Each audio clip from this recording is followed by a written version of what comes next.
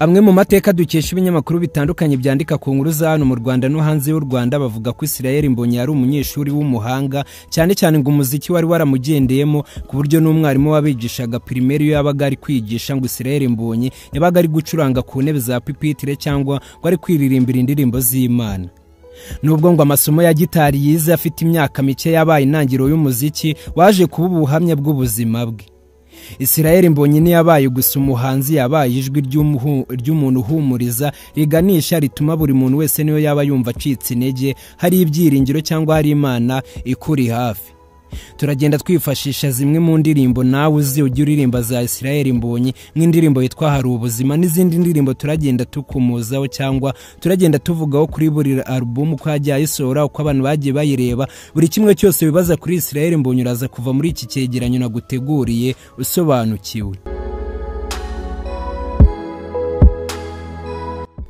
Dusimbukiye ku mashuri Israel Mbonyi yize, amashuri abanza yize Kamuhoza aho ni mu karere ka Musanze, akomereza ku Kabasunzu. Ndatekereza ko abantu batuye mu karere ka Musanze muhazi cyane. Hanyuma asoreza amashuri ye yisumbuye muri École des Sciences Saint Louise Montfort, akaba ari mu karere ka Nyanza. Ndatekereza ko icyo kigo mukizi cyane, ni kimwe mu bigo bikaze hariya mu karere ka Nyanza. Ahangaha segondere rero akaba yarasoje mu bijyanye n'imibare, ubugenge n'ubutabire, ubwo yahise akomeza muri kaminuza mu bijyanye na farumasi, akaba yarabyigiye hariya mu Buhinde. Abantu benshi ntabwo muzi ko Israel Mbonyi yize ibintu bya farumasi, abantu benshi batekereza ko yaba yarize ku Nyundo mu bigendanye n'umuziki. Ndatekereza ko ahantu murahita mwashyira akabazo uhite wibaza ubwo umuntu wize farumasi. Abantu benshi murabizi segonderi nibwo mwajyaga muvuga ngo nta muntu ujya wiga biriya bintu ngo abifatanye n'umuziki cyangwa ngo abyige yigira umusazi, ariko uko byagenda kose n'ubundi murabizi ko Israel Mbonyi ari umuntu utuje, ibyari kumunanira.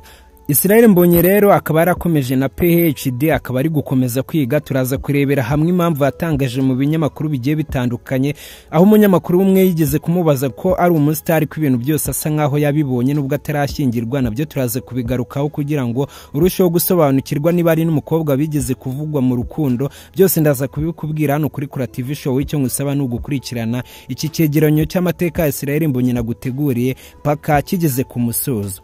Mu masomo ya PhD rero nkuko nabikubwiye muri Nyakanga mu mwaka wa 2023 nibwo atangaje ko atangiye amasomo ya PhD mu by'ubuzima rusange, public health. Murabizi cyane abantu wenda bazi ibintu byo mu buganga muri kaminuza ya Canada. Akaba ari no kwiga hakoreshejwe uburyo bwa internet cyangwa online, akaba ari byo abari gukurikirana. Akaba muri iyi minsi ari nabyo bintu arimo bya public health, abantu benshi murabizi cyane.